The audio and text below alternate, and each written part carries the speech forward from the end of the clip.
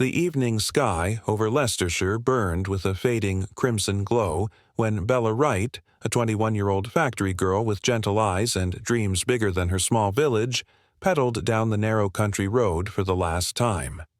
Moments later, a single gunshot echoed across the fields. When her body was found beside her fallen bicycle, blood pooled beneath her pale cheek, her eyes wide open, staring at nothing and everything at once. And beside her lay the clue that would haunt Britain for years to come: a mysterious green bicycle.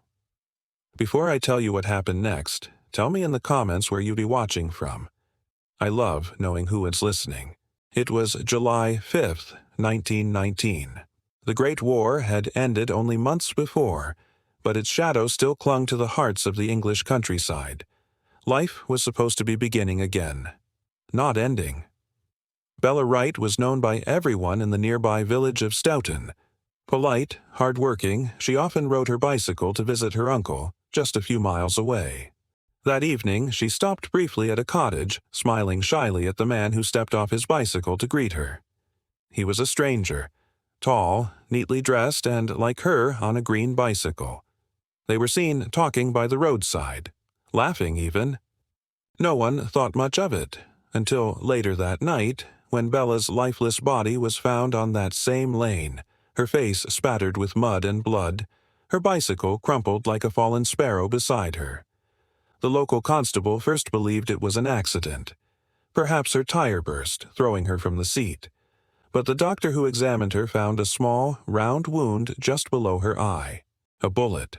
Fired at close range. It wasn't an accident. It was murder. And from that moment, whispers began to spread through the villages like wind over dry grass. Who was the man on the green bicycle? The case consumed Britain. Newspapers called it the Green Bicycle Mystery. Police searched every barn, every hedgerow, and every stream within miles. Witnesses came forward with fragments of memory. A glint of metal in the dusk, the sound of laughter, a man seen riding hard away from the scene. But for months, no one knew his name. Then, nearly 2 years later, a fisherman dredged something strange from the River Soar. A green bicycle, coated in mud, and rust, its serial number filed off, its metal frame deliberately twisted. The discovery reignited the investigation, and soon the police linked the bicycle to a man named Ronald Light, a 33-year-old schoolteacher, well-educated, soft-spoken, and a former Army officer. When police confronted him, Light denied everything. He admitted owning a green bicycle, yes. He admitted being near the area that evening, yes. But kill Bella Wright? Never, he said. Still, evidence piled like bricks around him. His revolver had gone missing. He'd filed down his bicycle's numbers. He'd even thrown pieces of it, and his own holster, into the river. When asked why, he said quietly, "Because I panicked." At trial, the courtroom was electric. Crowds filled every seat. Women wept quietly. Men folded their arms and glared at the accused.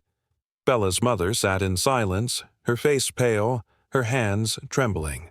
The prosecution painted Light as a manipulator, a man who lured young women into trust before revealing a darker side.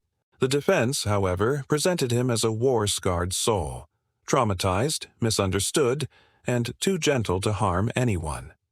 Witnesses took the stand. One claimed to have seen Bella and Light together that night, their bicycles side by side, their conversation easy. Another swore she heard a scream. Yet the evidence was mostly circumstantial. No fingerprints, no eyewitness to the actual shooting, no confirmed gun.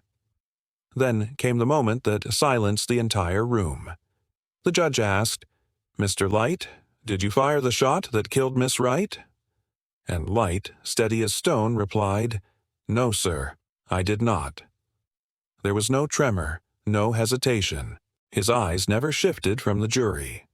After hours of deliberation, the jury returned. "Not guilty." Gasps, murmurs. A woman in the gallery sobbed. Bella's mother closed her eyes and whispered something no one could hear. Light walked free, and the mystery of who truly killed Bella Wright sank once more into the fog of uncertainty. Yet even freedom could not wash the stain of suspicion. Ronald Light disappeared from public life, a man haunted by whispers. For years, villagers claimed to see a figure on a green bicycle riding silently along the same road at dusk. A ghost, they said, searching for peace that never came. Historians and criminologists still debate the truth. Was Light guilty, saved by charm and clever counsel? Or was he a victim of circumstance, condemned by coincidence and fear? The moral weight of the case still lingers, because justice is not always a clean line between right and wrong. Sometimes it's a blur, like twilight on an English road where one soul vanished and another walked away carrying the secret. A century later, Bella's grave remains in Stoughton churchyard, marked by a simple headstone. Visitors still leave flowers, not just for the girl whose life was taken, but for the truth that never came.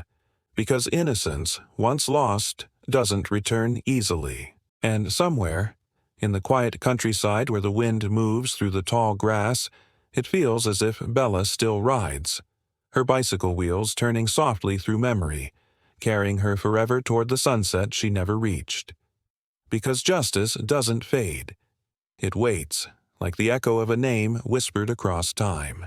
If this story moved you, don't forget to like the video, subscribe to Whispered Words, and share your thoughts below. Do you believe Ronald Light was innocent? Or did Britain's most haunting mystery let a killer walk free?